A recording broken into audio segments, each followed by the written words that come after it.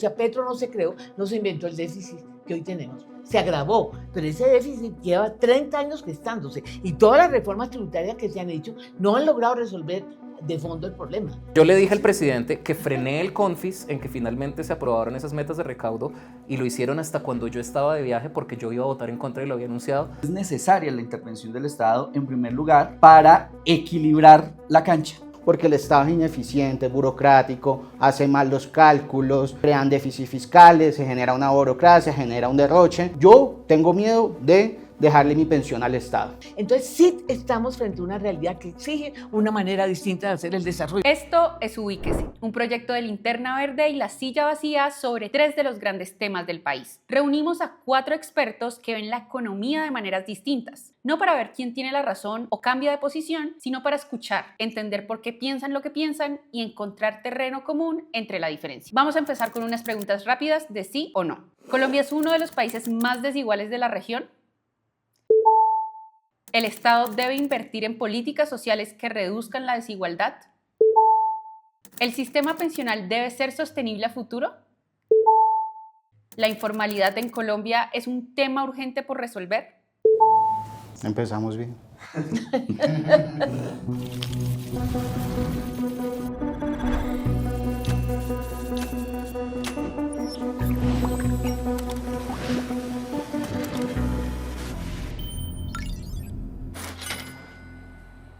Yo soy Jorge Iván Cárdenas, soy economista, tengo una maestría en Política y Relaciones Internacionales y he sido consultor de Naciones Unidas, el PNUD particularmente, he trabajado para el DNP, para Minambiente y pues para la Agencia de Cooperación de Estados Unidos. Un hecho que me marcó a mí la vida, que me hace pensar la economía de forma distinta, fue una noche hacer una escala en Maiquetía, en Venezuela, y no haber tenido comida esa noche. De ahí me tomé conciencia de que esas políticas progresistas están mandadas a recoger. Mi nombre es Luis Carlos Reyes, soy profesor de economía, exministro de comercio, exdirector de la DIAN. Mi interés en la economía creo que se forjó en 1999 cuando hubo la hasta entonces mayor caída del Producto Interno Bruto en Colombia en su historia, que tuvo efectos muy tangibles incluso para mí y mi círculo de personas cercanas, teniendo yo 15 años. En esa crisis muchos profesionales y muchas familias que pensaban que tenían una existencia de clase alta y media alta asegurada, lo perdieron todo, tuvieron que irse del país y por distintas circunstancias vi en mi círculo de amigos el impacto de lo que son políticas económicas, macroeconómicas deficientes, y solucionar o encontrar maneras de prevenir ese tipo de cosas se volvió un interés tanto intelectual como práctico que tengo hasta el día de hoy.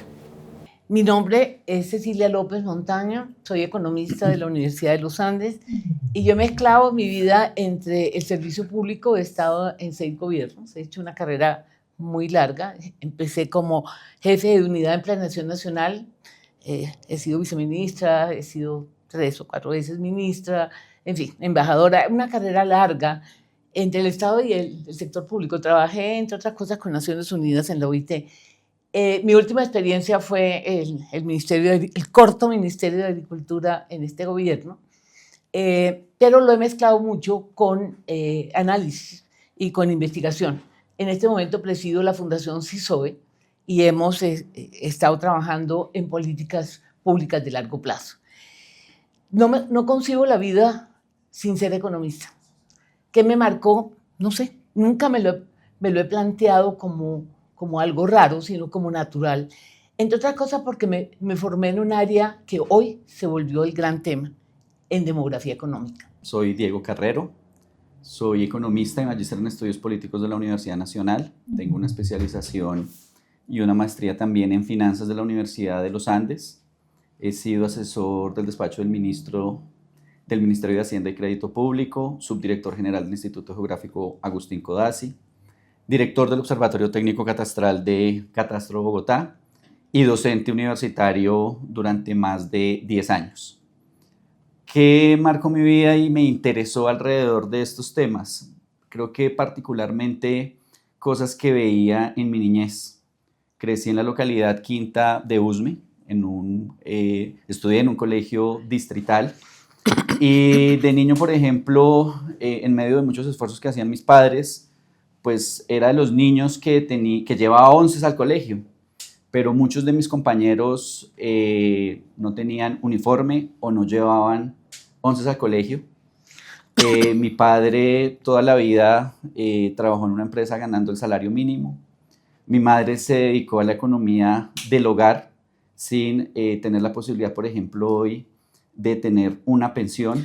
Y eso naturalmente hizo que se generaran preguntas alrededor de por qué se presentaban esas situaciones. Y un segundo hecho, cuando tenía 9 años, recuerdo muy bien, en la zona del Olaya, vi un niño habitante de calle de cerca de 12 años, no sé qué le había pasado, se había accidentado, algo había sucedido, y lo veía sangrando, llorando a la puerta de un centro de salud sin que fuese atendido. Eso me hizo cuestionarme, preguntarme por qué un niño de 12 años lloraba en la entrada de un centro de salud sin que se le atendiera, y esto pues me introdujo en el estudio de nuestra realidad y naturalmente más adelante en la discusión alrededor de qué hacer para combatir, enfrentar y superar esas situaciones que viví de niño. Les voy a dar una afirmación y ustedes van a decir del 1 al 5 qué tan de acuerdo están, donde 1 significa completamente en desacuerdo y 5 completamente de acuerdo. Subir los impuestos a los que más tienen es el camino más efectivo para reducir la desigualdad. Yo creo que por ahí 2. 2. Yo también 2. 4. Si uno mira Colombia, aquí hay un problema muy serio y es que muy poca gente paga impuestos. Y yo soy de las que creo que, entre otras cosas, debería hacerse ahora, que todo el mundo pague algo para que seamos más justos. Obviamente los que más tienen deben pagar más, pero si uno se centra solamente en los sectores que más tienen, puede crear una serie de desestímulos y está dejando por fuera una cantidad de gente que podría contribuir con algo. Eso es parte de ser ciudadano. Por eso digo 2, porque yo creo que hay que ampliar la base tributaria, abarcando a mucho más gente, pero siendo muy justos. Yo digo 2 porque los impuestos a los que más tienen en Colombia ya son bastante altos. El problema es que no los pagan. Entonces no creo que se trate de subírselos más, sino de ponerlos a pagar. Muchos de los que no pagan es porque están en medio de las economías ilícitas y eso va a un problema mucho más grande. Por otro lado, yo me quedo pensando un poco en la reflexión de Cecilia y yo diría que la mayor parte de la gente paga impuestos. El IVA es la principal fuente de financiación. Renta, ¿no? Bueno, pero eso ya es hilar un poco fino y yo creo que en efecto es importante reconocerlo porque muchas veces a la gente que sabe que está pagando IVA le dicen usted no paga impuestos y yo creo que eso genera una... Sí, pero yo puedo contradecir, porque es que el IVA sí, todo el mundo paga IVA y el IVA es regresivo, ¿sí? Entonces me parece que hay que hacer una combinación, pero yo sí creo que es que a mí me afana la falta de no tener el concepto de ser ciudadano. Y ser ciudadano es pagar impuestos. Entonces, yo estoy de acuerdo, todo el mundo paga, pero el impuesto de renta te da un compromiso, así sea mínimo, de que tú estás contribuyendo a algo y como que demandas del Estado que eso poco o mucho que tú aportas se traduzca en bienes públicos. ¿Sí? No sé si soy demasiado romántica con eso, pero... Yo sostendría que todos los que pagan el IVA pues pueden afirmar que están pagando impuestos y no es solo IVA, ¿no? O sea, todos los formales, así no paguen impuesto de renta, pagan un mundo de plata en, pues son aportes a la seguridad social, pero pues desde el punto de vista de economista son impuestos y es un montón. Entonces tenemos un IVA regresivo que pagan todos, un impuesto proporcional que son los impuestos a la seguridad social que los pagan todos los formales. Entonces yo creo que yo me concentraría en que los más ricos paguen los impuestos que la norma ya los pone a pagar.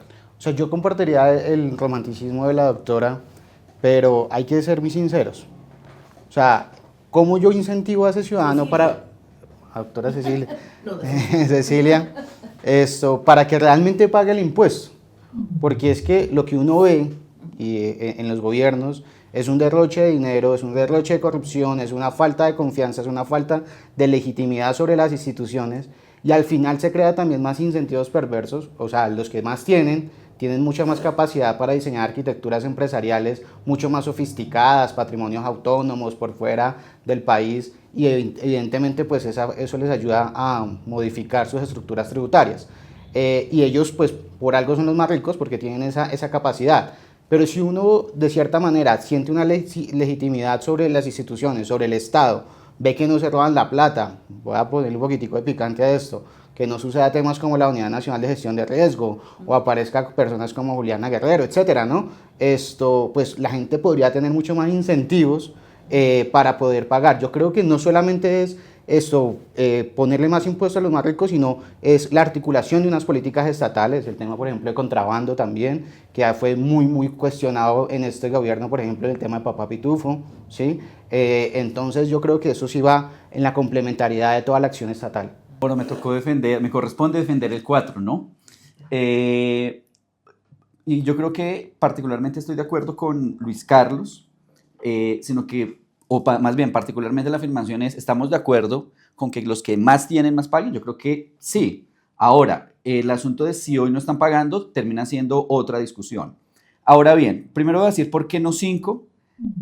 No 5 porque yo creo que la desigualdad no solamente se combate con impuestos, sino que la desigualdad se combate fundamentalmente generando riqueza y permitiendo que en el marco de esa generación de riqueza existan canales de distribución y mecanismos que permitan precisamente que no se generen esas desigualdades tan grandes como las que se presentan para el caso colombiano.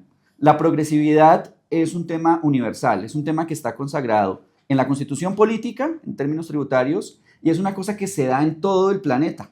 Entonces, en ese sentido, son importantes esos impuestos. Naturalmente, si queremos un Estado robusto, el Estado robusto requiere unos ingresos que permita la generación de políticas públicas de cara a la generación de riqueza y de cara a el desarrollo de políticas sociales que, entre otras cosas, por ejemplo, permitan la movilidad social. Entonces, por eso creo que es tan importante y tan importante particularmente en un país que tiene los niveles de concentración del ingreso que tiene Colombia. Puedo decir algo, no comparto lo de que uno reduce desigualdad solo con distribución, que es lo que han hecho los países ricos. Primero porque nosotros no somos ricos y segundo porque habría que darle a mucha gente. Aquí tenemos 28% de pobreza, pero tenemos 30% vulnerables. O sea, son 2/3 prácticamente del país que necesitaría distribución. Por eso ahora se está moviendo mucho el debate y Colombia tiene que verlo en que hay que moverse en la parte productiva. Aquí necesitamos generar empleo productivo. Y eso es una variable crítica que te implica no solamente cambios en el tipo de actividad, sino también de formación de capital humano. Entonces hay que complementarlo, distribuir aquellos sectores que no tienen alternativa. El resto es ver cómo creamos un sistema productivo que va a ser una demanda ahora, que la fuerza de trabajo está cayendo, para que busquemos los sectores productivos, pero formemos un capital humano, lo que no estamos haciendo. Por favor, yo tengo... Es que ahí esto pone un elemento bastante importante que la productividad en Colombia, o sea, y yo sí lo quisiera ver desde un punto de vista regional, porque sí hay ciudades capitales que son intensivas en mano de obra, por actividades asociadas a servicios, a industria, etc. Entonces, en Colombia, por ejemplo, se está requiriendo con urgencia una reforma tributaria territorial. Eso nunca lo hemos discutido.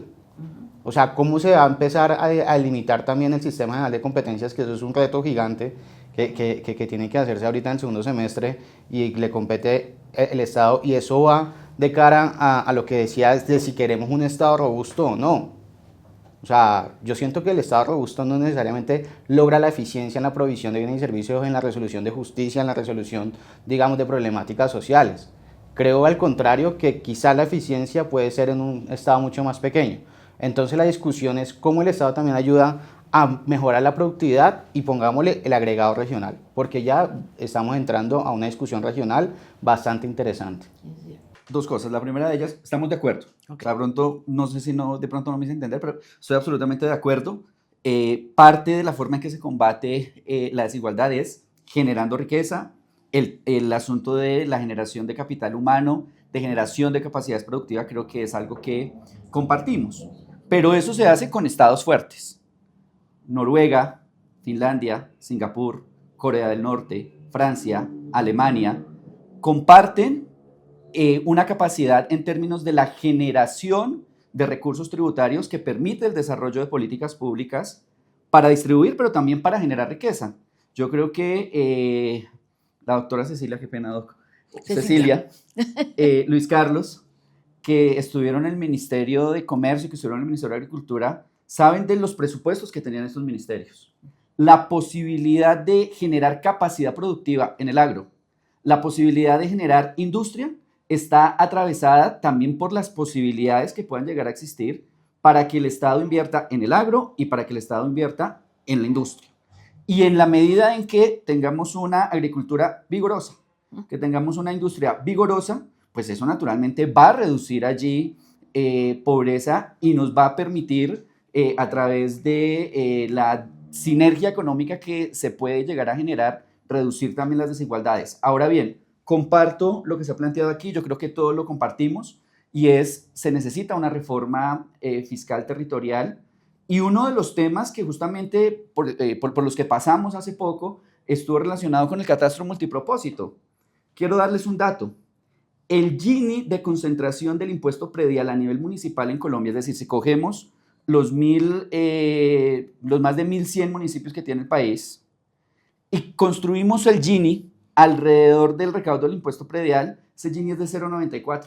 O sea, Solamente seis municipios concentran, incluida Bogotá, más del 50% del recaudo del impuesto predial. Entonces, fijémonos nosotros que altos niveles de concentración, por ejemplo, de tierra improductiva, hoy están ligados a un problema, y ese problema tiene que ver con las inequidades también que, por ejemplo, los sistemas tributarios territoriales están generando, y por eso llama la atención particularmente que una política que busca que sepamos realmente cuánto vale la tierra en Colombia, que eso es lo que hace el catastro, sea atacada de manera tan sistemática en el país, pero yo creo que en ese sentido hay un consenso en relación a que tenemos que avanzar hacia un catastro que nos permita tener conocimiento real de la información en el agro, y de otro lado avanzar hacia una reforma tributaria territorial que disminuya las desigualdades que a nivel regional y también una tiene reforma Colombia. agraria basada en el catastro. También. Sí, creo que yo me quedé pensando en lo que dijo Jorge Iván con respecto pues, a esa noche que no comió en Venezuela y concluyó que esas políticas progresistas estaban mandadas a recoger. Yo estoy completamente de acuerdo, las políticas progresistas venezolanas están mandadas a recoger, y esas no me interesan ni a mí, ni creo que ni a los venezolanos. Pero a mí sí me interesan las políticas progresistas como las que citaba Diego, de Noruega, de Suecia, de Dinamarca, que incluyen un componente, claro, de incentivo de la capacidad productiva y demás, pero un componente muy importante de redistribución. Cecilia señalaba que nosotros no somos ricos y entonces no podemos redistribuir tanto, pero un dato histórico que me parece importante tener en cuenta es que no somos ricos en comparación con la Suecia, la Noruega, Dinamarca de hoy en día, pero cuando ellos empezaron su estado de bienestar en los años 60, si uno mira el Producto Interno Bruto per cápita, estaban más o menos en los niveles que está Colombia hoy. Hoy Colombia tiene todo para construir un estado de bienestar similar a esos. Se solía argumentar, no sé, en la época de Carlos Lleras, quizá, pues me lo han contado, yo no estaba ahí, pero se solía argumentar que es que no alcanzaba y tocaba moderarse un poquito con la redistribución y primero generar ingreso. Ya generamos un ingreso como el que tenía Noruega, Suecia en esa época, o como el que tenía, por ejemplo, España en el momento que se acabó la dictadura de Franco, que también fue cuando España comenzó a construir su Estado social de derecho, su estado de bienestar. Más aún, creo que el no hacerlo es una de las razones que nos está impidiendo el crecimiento en este momento, porque realmente, si nos vamos a la situación política del gobierno que termina ahora y del gobierno anterior, el conflicto social, el conflicto por reformas tributarias, pues toda esta acrimonia entre distintas visiones acerca del papel del Estado y de la redistribución ha frenado políticas económicas que deberían permitir el desarrollo, y creo que es en gran medida porque no hemos solucionado unos problemas de desigualdad que de pronto hace 30 años, hace 50 años era muy costoso solucionar, pero hoy podemos, y no hacerlo nos está costando no solo en términos de desigualdad, sino de crecimiento económico. Yo pienso, o sea, Cuando su merced menciona, tenemos unos niveles de ingreso, entonces, ¿por qué tenemos una situación fiscal tan compleja? ¿Por qué la DIAN, y perdóneme si le tocó ahí algo, no logrado en 3 años cumplir la meta de recaudo? Los impuestos aquí son O sea, bajísimos. El porcentaje de pero impuestos por de eso, Colombia Porque la es meta de bajo. recaudo está inflada para cerrar con babas la regla fiscal. Claro, pero entonces ahí viene el punto. O sea, en la idea de que nosotros ya tenemos la capacidad de recursos para distribuirlo, yo siento que no, que la torta al contrario, tenemos que hacerla crecer mucho más. Es que el problema Porque, no es o sea, el tamaño de la torta, es que Claro. si seguimos, o sea, sea, si extendemos la analogía, el problema es que no nos hemos puesto de acuerdo sobre cómo partir la torta y el problema es político. El problema del recaudo es político. No, pero yo sí creo que Tiene que solucionar el conflicto social, porque No, si yo no, creo que aquí si estamos- todos estamos ahí clavándole cuchillo a la torta No, entre pero todos, aquí hay no una la podemos cortar realidad. bien. Así no lo graban. Aquí hay una realidad que el mundo que Colombia no se da cuenta. Aquí resulta que aquí va a bajar la fuerza de trabajo a un nivel que si seguimos con el nivel de productividad que hoy tenemos, que es muy bajo, vamos a tener crecimiento cero a finales de 2040 o a principios de 2050. O sea, la demografía nos está obligando a hacer lo que hicieron los ricos. O sea, aquí el tema es cómo hacemos para encontrar las fuentes de dinámica económica que genere empleo productivo y al mismo tiempo generar la capacidad humana que se requiere. O sea, aquí no hay tiempo. Aquí ya no podemos seguir mirando como algo lejano la informalidad, la baja productividad. No, señor, aquí, ¿qué es el PIB? Es la mano de obra por su productividad. La productividad está estancada y la mano de obra se va a bajar impresionantemente. Garantizar la pensión debe ser sobre todo responsabilidad del Estado, limitando el camino privado. No, 2. entonces esto mismo. 4.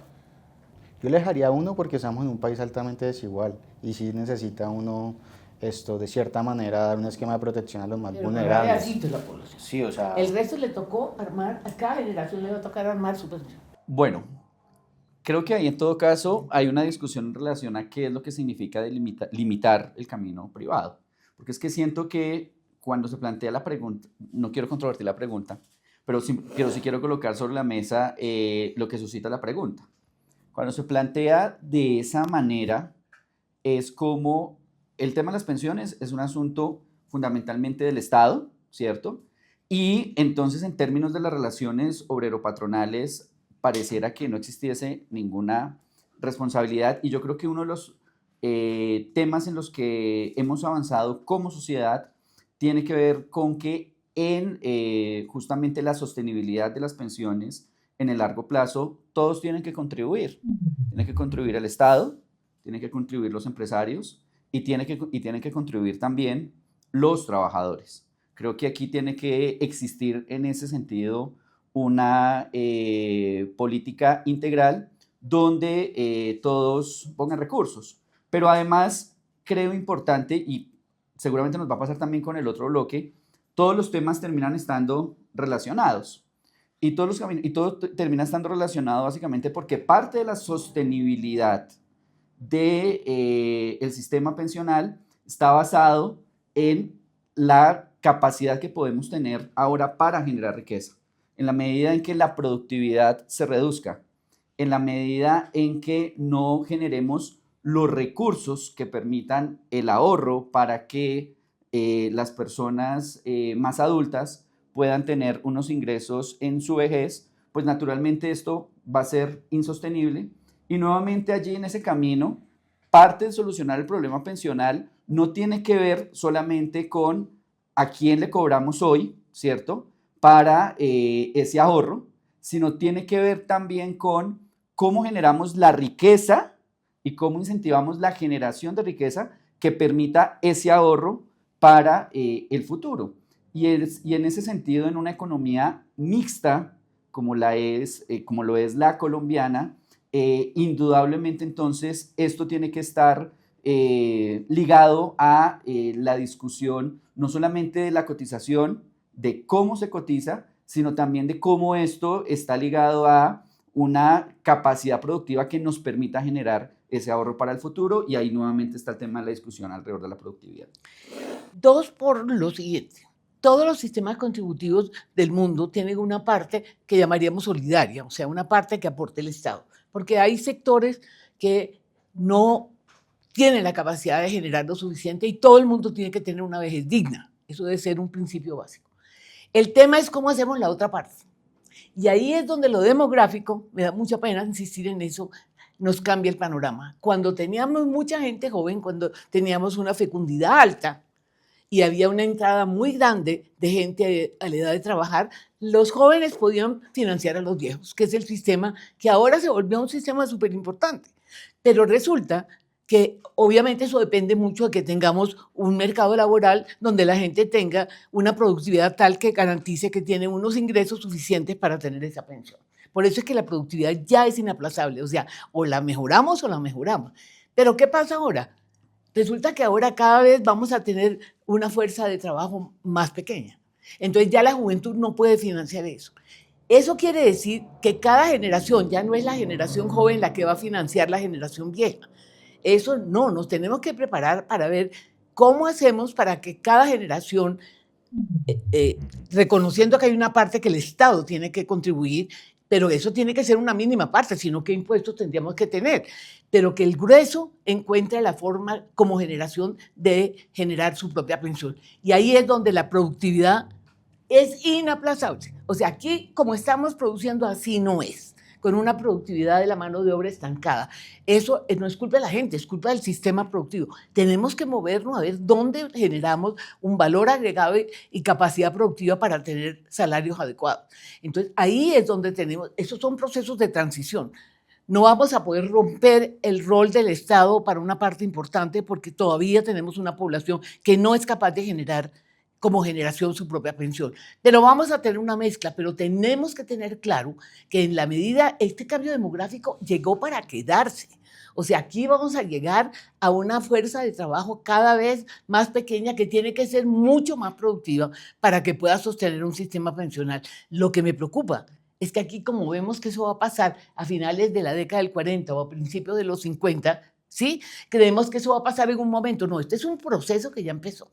Entonces, lo importante es empezar a prepararnos para cómo garantizar que esa fuerza de trabajo esté más capacitada y que tengamos una actividad productiva en sectores que rápidamente puedan asimilar tecnología y generar ingresos mayores para que puedan aportar su pensión y para que se generen los impuestos para que el Estado pueda subsidiar y regalar prácticamente la pensión de la gente que no puede hacerlo.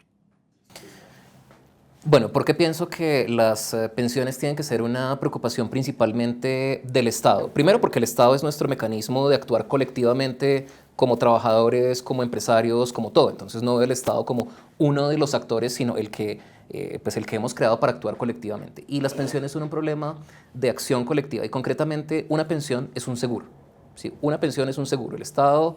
hay quienes dicen que el Estado es una aseguradora con ejército y es que si vemos en lo que se nos va en pensiones, que es un seguro contra la vejez o un seguro en caso pues, de vivir demasiado, más seguro de salud, ahí se nos va una parte muy muy grande de eso y el ejército se nos va más del 50% del presupuesto general de la nación. No hay aseguradora privada, no hay mecanismo privado, pues potencialmente podría haberlo, pero no lo veo en este momento, que pueda solucionar un problema así de grande. Se nos dice que entonces en el sector privado lo que deberíamos hacer es cada uno de nosotros aporta a una cuentica que va creciendo. ¿Cuánto va creciendo? ¿Cuál es la tasa? Que muchos de los que se pensionaron con las AFP les prometieron maravillas en los años 90 y hoy están viendo el resultado de que esas proyecciones estaban un poquito equivocadas, unos punticos porcentuales en la tasa de crecimiento de ese ahorro.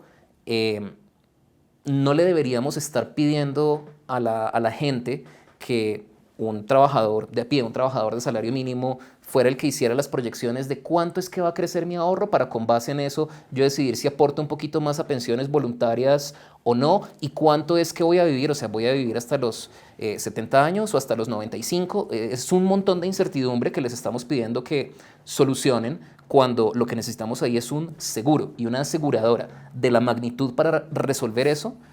Solo existe el Estado. De hecho, el sector privado no vende ese, o sea, si estuviera vendido el sector privado ese producto, pues de pronto diría, no, mire que en el sector privado se soluciona. ¿Que hay un problema demográfico como lo dice Cecilia? Por supuesto que sí, pero lo que tenemos que tener en cuenta es que el problema demográfico no se soluciona entregándole el problema al sector privado, ¿sí? Sin duda alguna, Si nosotros tenemos que hay cada vez menos jóvenes que aportan al sistema pensión, o sea, que pagan impuestos y por lo tanto no hay con qué sostener el sistema pensional, alguien puede decir, sí, entonces la solución es en el sector privado, que cada uno vaya ahorrando un capitalito y ese capitalito después le rinde y en cierto sentido vive de los rendimientos cuando sea un adulto mayor. El problema es que el sector, o sea, el ahorro privado tiene exactamente el mismo problema del Estado. O sea, imaginemos un mundo de puras personas de 90 años que han ahorrado un montón de dinero. Ese dinero se traduce en capital, se traduce en edificios, se traduce en tractores, se traduce en computadores. ¿Quién va a, por así decirlo, trabajar ese capital?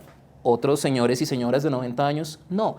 Igual parece que para que ese capital rinda necesitan a los jóvenes, ¿sí? Entonces, es una ilusión pensar que el problema se soluciona pasándoselo del Estado al sector privado. El problema va a ocurrir sí o sí, sea en el Estado, sea en el sector privado.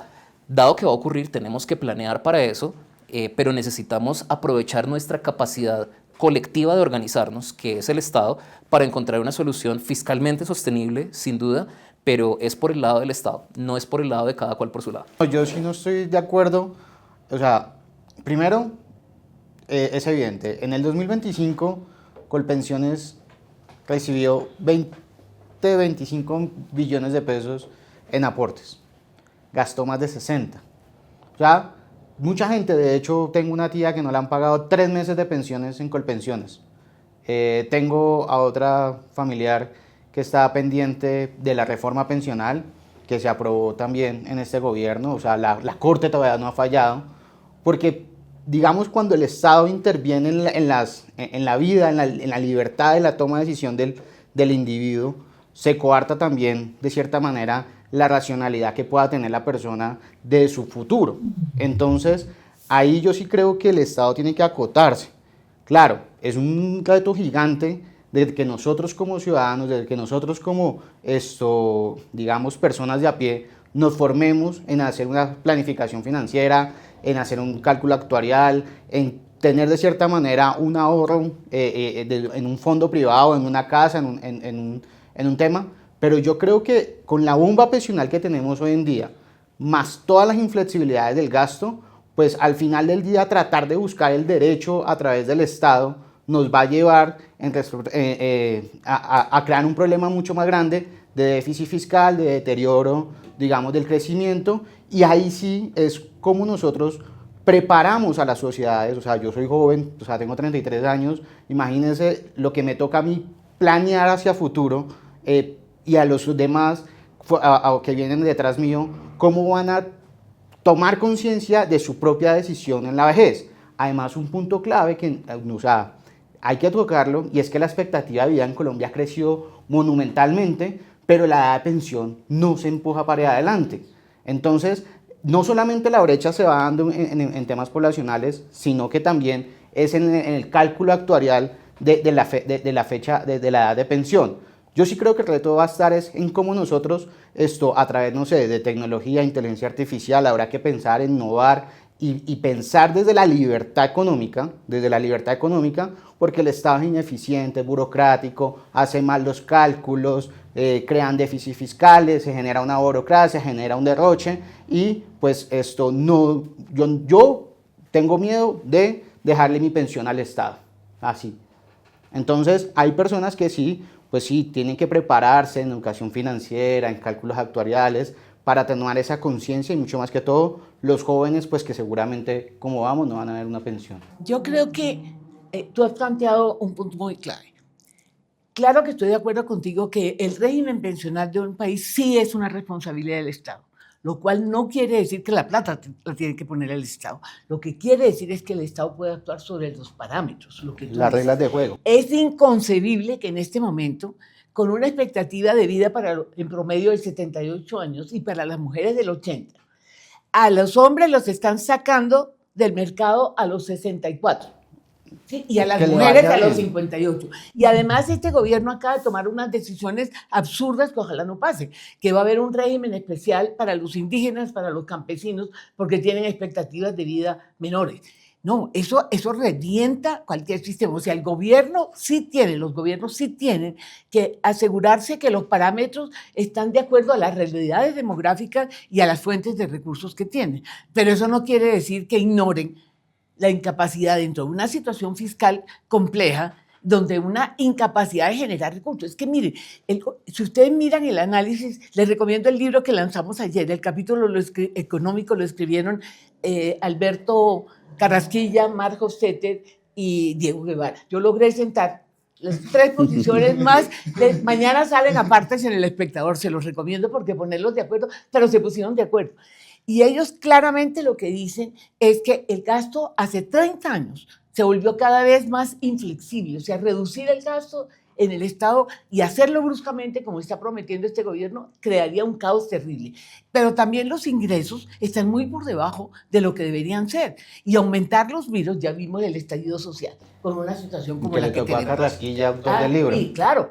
Y te cuento que esa es la reforma que habría que hacer, pero en el contexto político que toque, que fue lo que no tuvo en ese momento. El problema es que si espera el contexto político, pues imaginen esa polarización en la que estamos. No, por eso te digo, por eso hay que hacerlo pasito.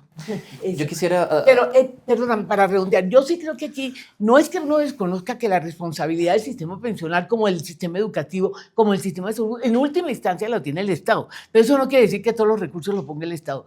El Estado tiene que tener en cuenta que los parámetros con que se manejan los sistemas son los que son viables. No, varias cosas. La primera es, creo, como lo plantean Cecilia y Luis Carlos, que es central el rol del Estado como generador de política pública.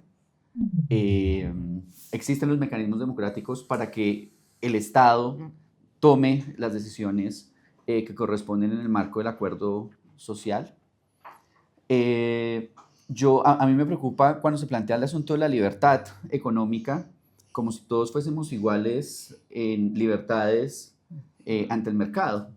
Yo no creo que la misma libertad económica la tenga una persona que nace en Bogotá con padres profesionales, con estudios de posgrado. No creo que ese niño que nace en Bogotá en esas condiciones particulares tenga la misma libertad económica, o por lo menos ante el mercado pueda ejercer esa libertad económica de la misma manera en que puede pasar con un niño que nace en un municipio de 6ª categoría en Colombia, donde, a propósito de la ley de competencias que se mencionaba hace rato, si uno mira los recursos per cápita que se transfieren en el marco del Sistema General de Participaciones, son mucho menores en relación a lo que sucede en Bogotá, y donde la inversión del Estado y el mismo capital privado que existe allí para formar a esas personas es totalmente asimétrico. Yo creo que ahí hay un asunto alrededor de la libertad, y es que nos plantean la libertad como un asunto en el que aparentemente todos somos iguales, pero resulta que eso no ha sido tan así y no sigue siendo así. La capacidad o la posibilidad de toma de decisión de un individuo se da también en el marco del contexto en el que se encuentra. Yo no soy igual de libre ante el mercado si tengo una formación determinada a esas personas que crecen en unas condiciones bastante difíciles. Pero además, creo que también en el contexto de lo que se plantea, así como a algunos no les gusta que el Estado les administre las pensiones, algunos otros también desconfiamos, y eso no solamente ha sucedido en Colombia, sino en el marco de las grandes crisis financieras internacionales, desconfiamos de que nuestras pensiones se utilicen para la especulación financiera. Entonces yo creo que allí también es importante el debate alrededor de, en esa discusión, de si todos estamos de acuerdo entonces con que sean los privados los que administren nuestras pensiones. Creo que allí, parte del ejercicio y del esfuerzo que se tiene que hacer justamente es poder también escuchar las voces de quienes creemos que el Estado tiene la posibilidad y la capacidad de administrar bien nuestras pensiones. Y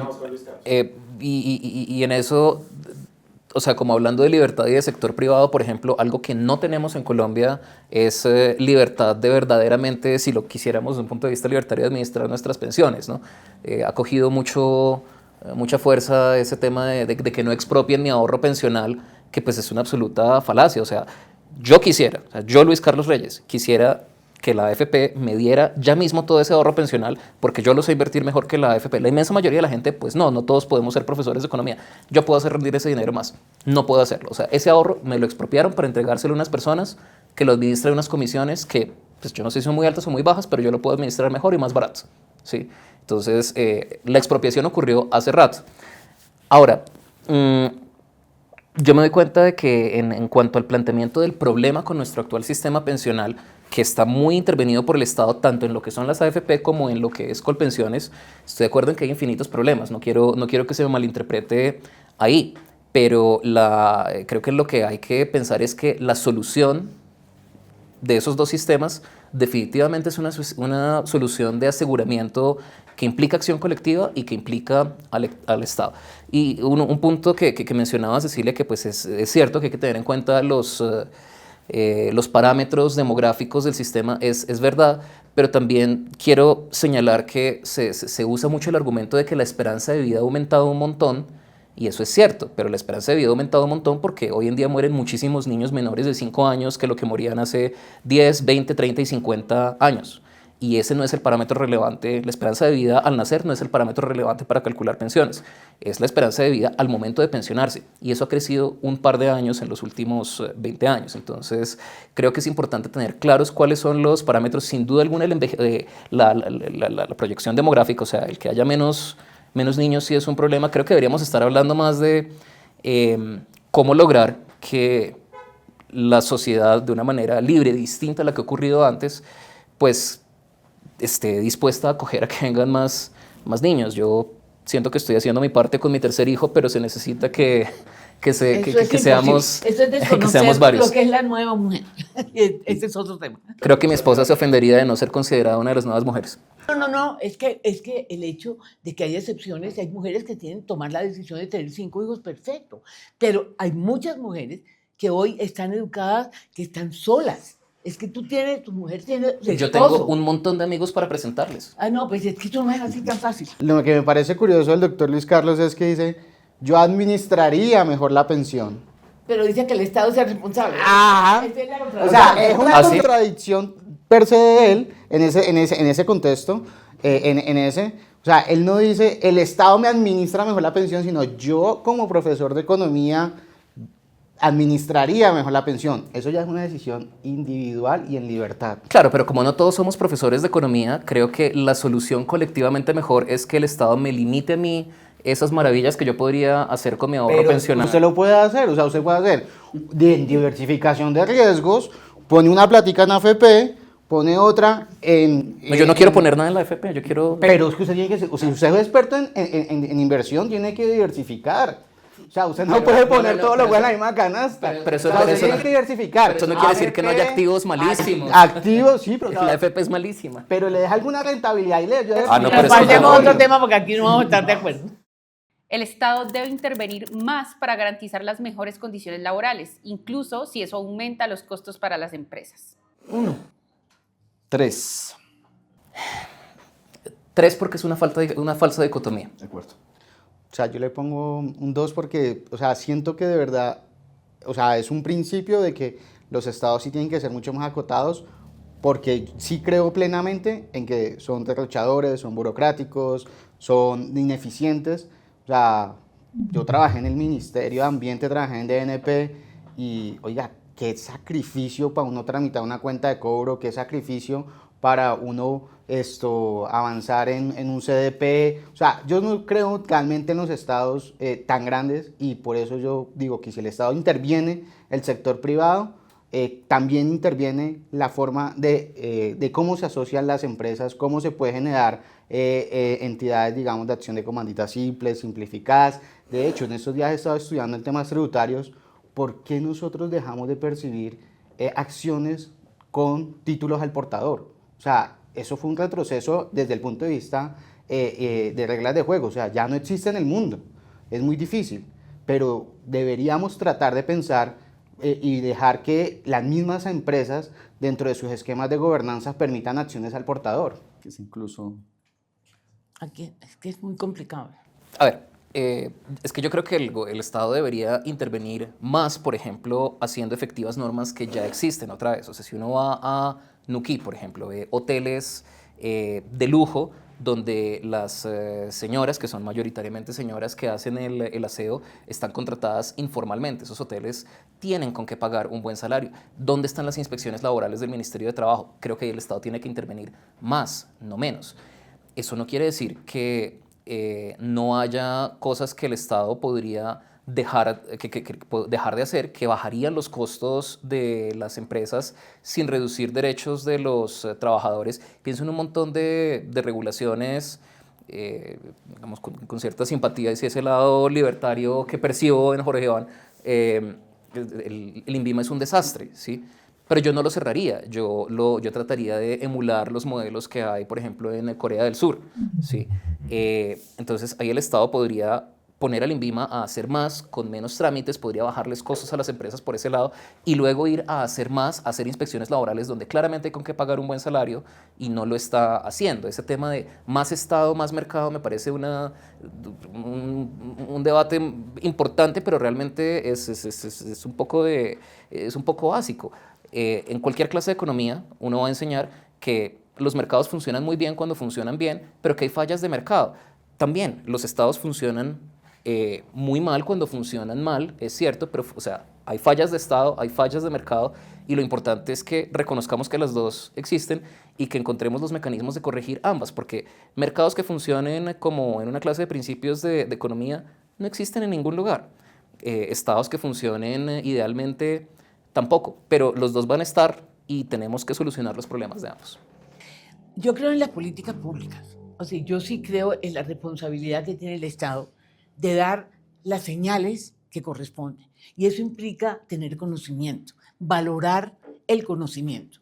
Por eso a mí me parece terrible lo que pasó en este gobierno, que fue sacar la tecnocracia, fue sacar el conocimiento, con toda la arrogancia que somos los tecnócratas y que debemos ser más realistas, pero sí se necesita conocimiento porque el Estado lo que sí tiene que hacer es dar las señales que tocan, ¿sí? Para que el sector privado tenga las normas que corresponden y tenga las reglas del juego que corresponden para estimular las actividades y para jugar, porque esto no es solamente producción. Acuérdense que aquí tenemos un tema que es el capital humano, ¿sí? ¿Cómo formamos el capital humano que una economía requiere para que un sistema productivo pueda modernizarse y demandar una mano de obra que existe? O sea, el Estado tiene que tener políticas públicas que se coordinen para que sea la actividad privada bajo reglas del juego del Estado la que permita que la gente sea... que hay actividades que absorban esa mano de obra de forma más productiva, que genere mayores ingresos, que el Estado no se convierta, como pasa en Colombia, en un estímulo para la informalidad, ¿sí? Aquí hay reglas del Estado que impiden, que no son un estímulo para que se cree empleo productivo. Y por otro lado, tú no tienes, que eso es una responsabilidad del Estado, las políticas sociales que te armen a la gente que se requiere para producir más. O sea, sin políticas públicas esto sería un desorden absoluto.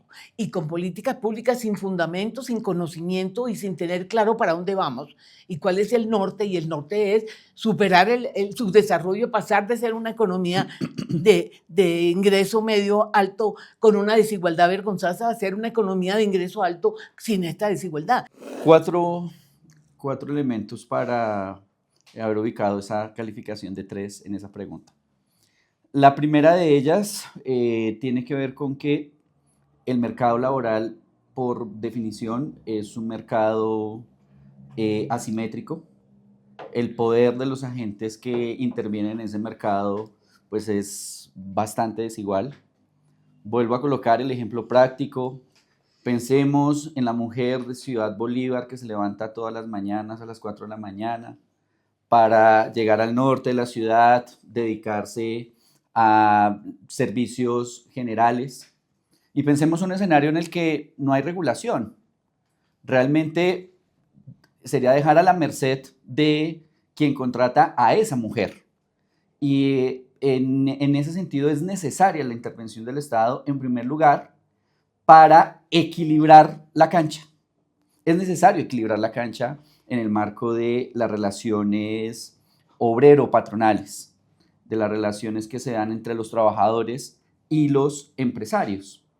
Y ya que parte de los temas de los que siempre se habla cuando se piensa en la sostenibilidad, en el crecimiento económico, está asociado con la seguridad jurídica que indudablemente deben tener los empresarios.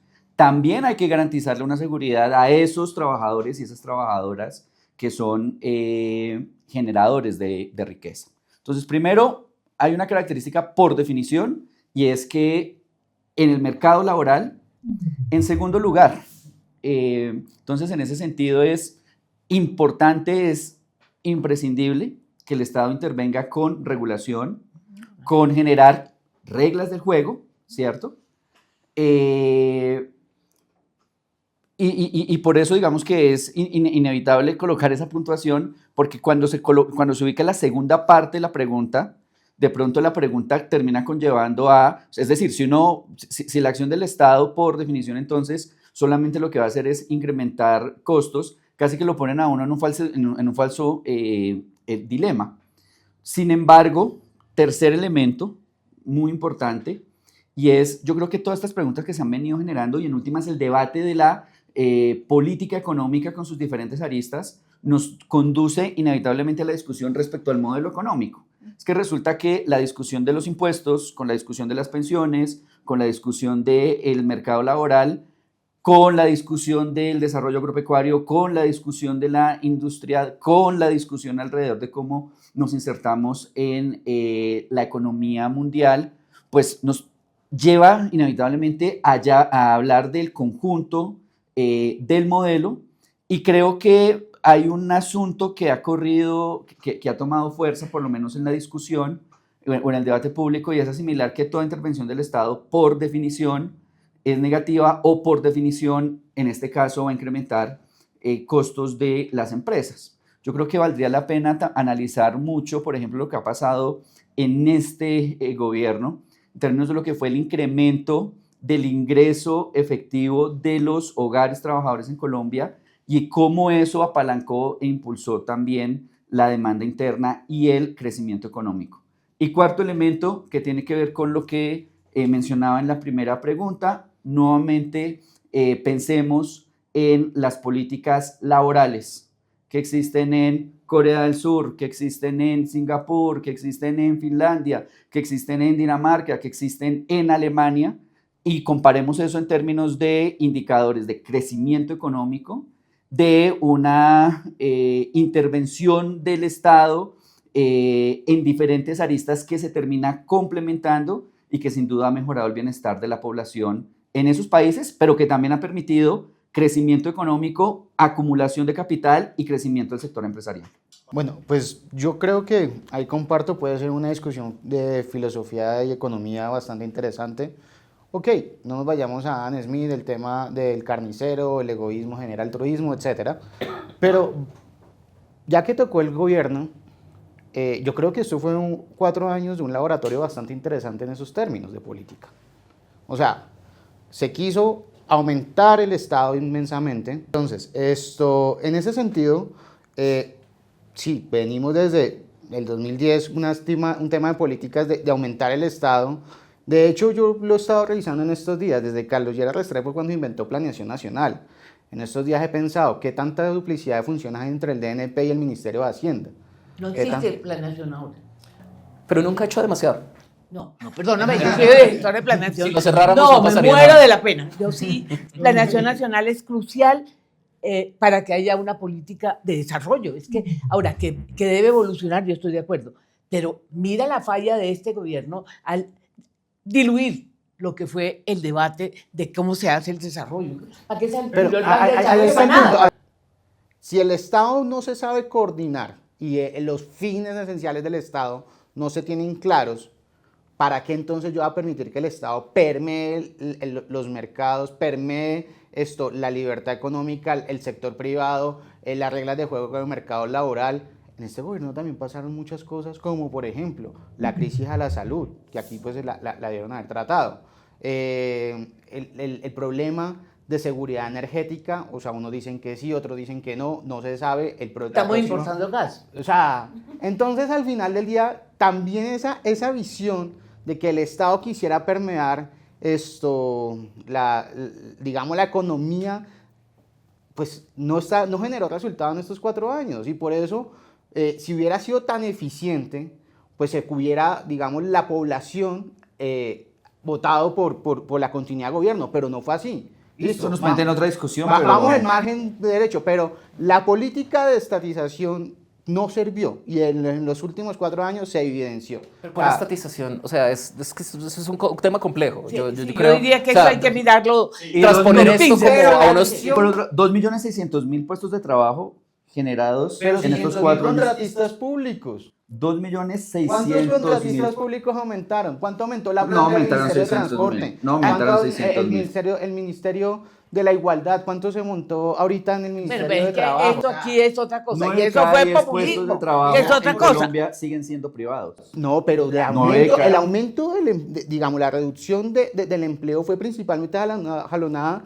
por la creación de puestos públicos. Eso es se ha falso. identificado por el 2 DANE. millones ¿Y qué puesto 600.000 público? puestos de ¿Y qué trabajo. gente se vinculó? Mucha gente que no tenía Y la idea capacidad de cómo era el de Estado. idoneidad. Pero esto fue ya otra decisión. Sacaban a ¿Cuál la es el doctora objeto? Cecilia, Populismo. sacaban a la doctora Cecilia que porque era muy liberal, imagínense. Me veo en la obligación de intervenir y es, uno, creo que sí salió una tecnocracia del gobierno, pero creo también que en este gobierno se gestó otra tecnocracia. Puede que, sin duda, hayan unos casos particulares que sean rebatibles, ¿Cuál es la otra debatibles, tecnocracia? pero yo sí creo que aquí se dio un ejercicio interesante y es que en diferentes instituciones del Estado pudiesen, por ejemplo, llegar a espacios de dirección personas que históricamente no venían. Como Yo estoy de acuerdo con eso siempre y universidades cuando... públicas, Sí, de acuerdo, pero si universidades tuvieran la regionales. preparación. Es que yo estoy de acuerdo. A mí me parece que esas son de las cosas importantes que hizo Petro. Y yo creo que en esto hay que ser objetivo. Petro no solamente le dio a la desigualdad del poder político que hemos debido darle hace muchos años y buscar camino, sino que le abrió el espacio a gente que nunca tuvo opción. Yo estoy de acuerdo. Lo que no le perdono a Petro, que lo conozco hace 1000 años, es que Petro no preparó los equipos. Nosotros, obvio que queremos tener indígenas, queremos tener negritudes, queremos tener mujeres marginadas, queremos tener gente de las regiones que vive en unas condiciones, como tú has dicho, pero había que prepararlo. En Colombia históricamente, que está mal porque Colombia necesita una reforma fiscal estructural, pero históricamente aquí a todos los gobiernos les aprueban 2 reformas tributarias. No, yo estoy de Este acuerdo porque gobierno ninguna tuvo reforma media tributaria ha resuelto reforma los problemas. Sí. Media reforma tributaria en 4 años, sumado a los esfuerzos que se tuvieron que hacer para pagar el déficit del Fondo de Estabilización de Precios del Combustible. O sea, ¿usted cree que el Estado, o sea, falló fue porque no le permitieron crear más impuestos y no por la misma deficiencia en la administración? Si nosotros No, comparamos pero es que mira la gente los que ha niveles ocupado tributarios en Colombia, los cargos. Mira, aquí siempre se tuvo mucho cuidado, por ejemplo, con el manejo de Hacienda y Planeación, que no cumplieran todos, pero era gente que tenía una trayectoria, que había sido fogueada en estos temas. Miren lo que están Pero ahora. también son los que nos tienen en esta situación mediocre en la que estábamos en 2022, ¿no? O sea, yo tampoco le pondría tanto No, yo creo que venimos de malos elogio gobiernos. No, yo creo que a esa venimos de malos tecnocracia. gobiernos. Yo creo que eso es cierto. Pero es que aquí llegamos a unos extremos, te lo digo por el Ministerio de Agricultura. Yo nunca había visto una desaparición, una borrada de una gente que lleva... Es que no solamente salió la tecnocracia, salió la burocracia. La burocracia es fundamental en el buen sentido, porque es la gente que sabe cómo se tramitan cosas en el Estado. Esa gente la borraron, y eso no se aprende. Entre los 4, armen una frase sobre el tema del que estamos hablando, economía, en la que todos estén de acuerdo. Pero además yo creo que estamos muy de acuerdo en los problemas del Estado, ¿sí? Sí. No sé Eso tanto... es ineficiente. Sí, no. En las soluciones Estado, es donde o sea, no el estamos Estado de acuerdo. colombiano actual es bastante ineficiente, ¿sí? Es más, yo diría que mucho de lo que pasó en este gobierno pudo haber profundizado esas ineficiencias. Creo que el tema donde sí hay diferencias es en la solución a esos problemas. Pero yo quisiera que en eso fuéramos justos. Si uno mira la cosa económica, el problema económico se viene gestando desde hace 3 décadas. Aquí hubo una falla de los economistas cuando tuvimos un modelo de Estado que era darle derechos a la gente y un modelo económico que era sacar al Estado y meter al sector privado. O sea, tuvimos neoliberalismo como una forma de política económica con una constitución que le garantizaba derechos. Yo siempre lo dije, los economistas no hicimos los cálculos de cuánto costaba esa constitución, ¿sí? Frente a lo que estábamos haciendo en términos del modelo económico. Y ahí se gestó un déficit, ahí no nos dimos cuenta, ¿cuánto costaron los derechos? Cuando tú miras las rigideces que tiene el gasto, es que las rigideces del gasto son hoy del 80%. ¿Y cómo te mueves con esa rigidez? Y por otro lado, tú no funcionaste en el sentido de aumentar los ingresos. Ahí hace 30 años, o sea, Petro no se creó, no se inventó el déficit que hoy tenemos. Se agravó, pero ese déficit lleva 30 años gestándose y todas las reformas tributarias que se han hecho no han logrado resolver de fondo el problema. Es decir, uno en eso tiene que ser cuidadoso. El problema de la economía colombiana se gestó durante unas décadas, ahora ya no en tiempo. O sea, aquí hay que tomar unas decisiones ya, porque nos está cambiando el contexto de la sociedad colombiana. Que tengo que decirlo que el recaudo tributario de este gobierno ha sido el más alto de la historia, tanto en pesos reales como en porcentaje del PIB. Pero el gasto ha sido... El gasto pero ahí la pregunta es, o sea, todo el mundo le ha cuestionado es porque nunca usted, precisamente dentro de su actuar como director de la DIAN, permitió que se sobreestimaran las metas de recaudo. Pero es que las metas de recaudo las estima el CONFIS y el Ministerio de Hacienda. Pero Y yo me opuse. tenía acceso al presidente. O sea. Yo le dije. Pero el hecho que ha aumentado el recaudo, yo le dije al presidente que frené el CONFIS en que finalmente se aprobaron esas metas de recaudo y lo hicieron hasta cuando yo estaba de viaje porque yo iba a votar en contra y lo había anunciado y los hice ir a todos. O sea, yo forcé a que hubiera un CONFIS en Palacio sobre ese tema. Pues no salgo a decirlo porque no es el punto, ¿sí? Pero esas metas de recaudo, que además hasta en el Congreso lo dije, hasta hoy aquí en la silla vacía primicia, o sea, pero además la sobreestimación de esas metas de recaudo, yo fui muy abierto al respecto en el Congreso de la República, hay videos, convenientemente en TikTok, pero pues lo que sí había, y no hablamos de un tema que usted me pareció que quería traer a colación, que es fundamental y podría ser un punto de acuerdo, y es esto de la UNGRD, ¿sí? Yo fui probablemente la primera persona al interior del gobierno que al interior del gobierno denunció lo que estaba ocurriendo en la UNGRD en un Consejo de Ministros en diciembre. El ataque por parte del ministro de Hacienda Bonilla hacia mí, porque estaba denunciando lo que él estaba haciendo en frente del presidente del Consejo de Ministros, pues fue una campaña completa de desinformación, chantándome lo mismo que él estaba haciendo. Entonces, por eso usted dice que yo no fui sincero al respecto, fui muy sincero y ese fue el problema. Yo les propongo lo siguiente. Creo que todas las cosas que se han hablado, corrupción, todo lo que hemos discutido frente a impuestos, todo lo que hemos discutido frente a pensiones, frente al mundo laboral, independientemente de cuál es el camino, porque creo que aquí podemos tener divergencias en relación a cuál es el camino, pero, y lo planteaba Cecilia, sí nos pone la discusión, sí pone sobre la mesa en que es necesario discutir el modelo económico. Yo creo que ese es el punto. El punto es discutir el modelo. O sea, ¿por qué tenemos que discutir el modelo? O sea, ¿por qué tenemos que discutir el modelo? Porque el modelo cambió, porque ya no podemos postergar. Mira, es que se los juro que es parte de un análisis que llevamos año y medio haciendo con todo este grupo de economistas, más que usted, todos los que supuestamente son los grandes académicos. Aquí el problema es que en este momento llegó la hora de mirar dónde son los sectores que nos van a impedir que se nos desplome el crecimiento. Problemas que venimos acumulando hace mucho tiempo. ¿Cuánto hace que estamos hablando de productividad y no aumenta? ¿Cuánto hace que estamos hablando de informalidad? Se nos ha acumulado. Fuera de eso nos cae la demanda gigantesca hoy de desigualdad. La desigualdad nadie le paró bolas, por eso nos ganamos a Petro. Y hoy la desigualdad es una realidad y tenemos que resolverla. Tiene apoyo político, la gente sale a la calle y con razón, llegó la hora de hacerlo. Y va a seguir saliendo. Y va a seguir saliendo y tiene que tener respuesta, que es lo que yo no le veo bailar. Yo siento que entonces sí creo que hay un cambio de realidad que el país tiene que aceptar. Que hay que discutir el modelo. Pues yo más que el modelo, el propósito del modelo. O sea, ¿para qué nosotros vamos a cambiar el modelo económico? Para reducir la desigualdad. Para resolver la desigualdad, para mejorar la productividad, para resolver la informalidad. O sea, yo siento que al final, el gasto. Si usted lo ve en términos de desigualdad, ya es algo que se ha diagnosticado. Yo siento que tendríamos que pensar es en la prosperidad del ciudadano. Porque sí, puede ser que, o sea, yo no puedo poner todo Bogotá Rosales. Eso podrías buscar la igualdad. Pues tú Pero puedes eso no va a poner, pasar, o sea, tú no la puedes seguir con el diversidad Gini siempre va a más grande existir. de América Latina. Tú Claro. tienes que buscar cómo distribuyes mejor y cómo distribuyes mejor que el esfuerzo individual pueda generar mayor ingreso, y eso depende de dónde produce, cómo produce, y es una manera distinta de producir. ¿Tú crees que va a ser el mismo modelo económico de siempre con un sector agropecuario absolutamente atomizado, cuando el gran potencial hoy está en el sector agropecuario? Y el sector agropecuario está marginado. Ahí se concentran todos los problemas económicos. Ahí está la desigualdad, ahí está la informalidad. Y ahí hay un potencial. Tenemos una demanda mundial que dice que Colombia es uno de los 7 países que puede responder.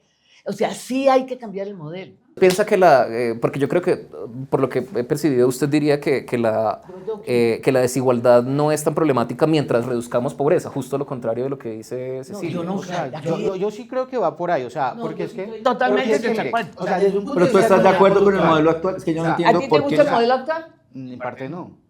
Ah, sea bueno, que entonces no. la discusión, hay que ¿Por qué cambiar te el opones modelo. a que hay que Claro, cambiar el pero modelo? es que- Puede que no sea lo es mismo como cuando que usted- esté pensando yo. Pero es otro cuando usted modelo. cuando usted hace el modelo econométrico, dependiendo de lo que le meta, le va a salir.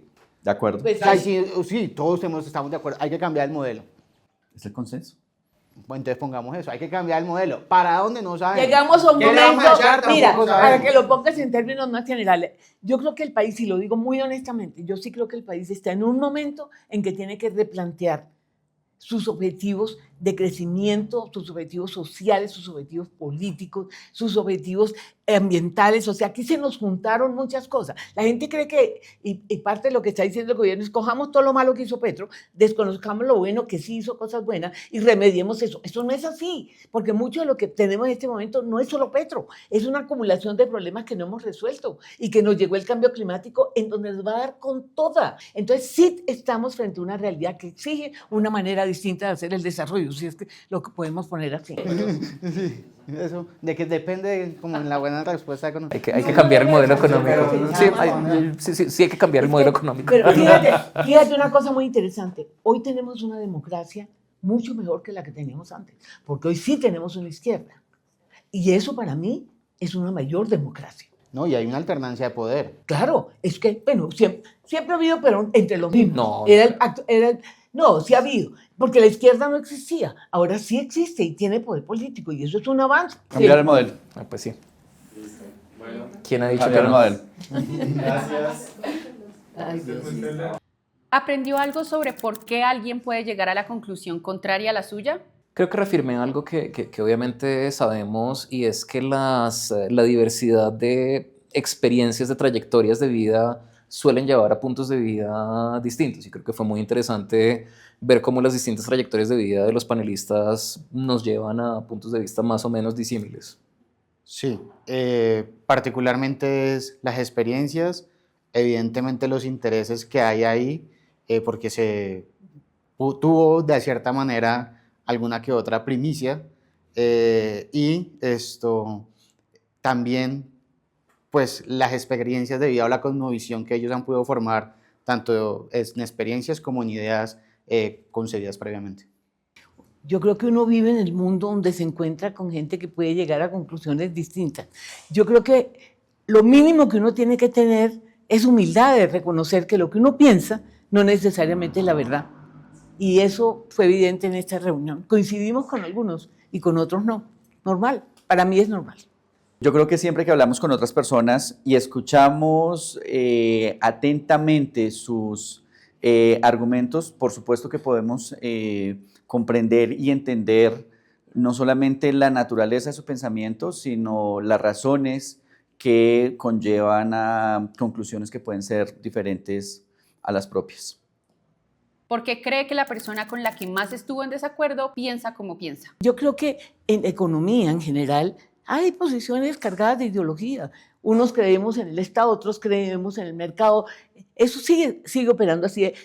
Esta división entre los estructuralistas y los neoliberales no ha desaparecido del todo y es válida. Y seguramente la verdad está en la mitad de los dos. Principalmente porque han forjado unas ideas, han forjado unos valores, han tenido unas experiencias de vida particulares. De hecho, así fue como se inició el conversatorio. Y también porque tienen unas perspectivas e intereses dentro del diseño de la política. No, yo creo que fundamentalmente la construcción del pensamiento es resultado, entre otras cosas, de las experiencias personales, de la forma en que se crece, del contexto social en el que nosotros pues nos formamos, de las personas con las que coincidimos en la vida, y seguramente pues aquí nosotros lo que encontramos son experiencias de vida diferentes que van forjando una forma diferente de ver la realidad y por tanto de interactuar con la misma. Creo que son razones ideológicas. La mayor parte de la gente, cuando oye ideología, lo relaciona con algo malo.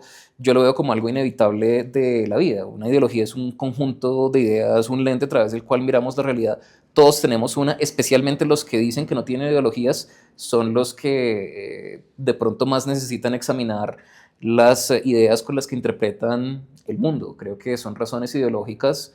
Creo que es válido partir desde distintos puntos de vista, desde distintas ideologías, y que lo importante para la democracia es encontrar donde, sin llegar todos a tener la misma ideología, encontramos puntos en común para por lo menos ir avanzando en eso. ¿Qué escuchó hoy que no esperaba? Que escuché que no esperara. No, yo creo que en términos generales escuché a lo largo de la discusión planteamientos que son los planteamientos de la sociedad en la que estamos, discusiones alrededor de el modelo económico, la visión de la democracia, la visión de la economía, ese diálogo que siempre va a existir entre la filosofía, la economía, la política. Entonces no me sorprendió y creo más bien que por fuera de quienes plantean que hoy existe una única visión de la sociedad, lo que se evidencia es que existen diferentes visiones, pero que también podemos encontrar algunos focos de discusión en los que se coinciden.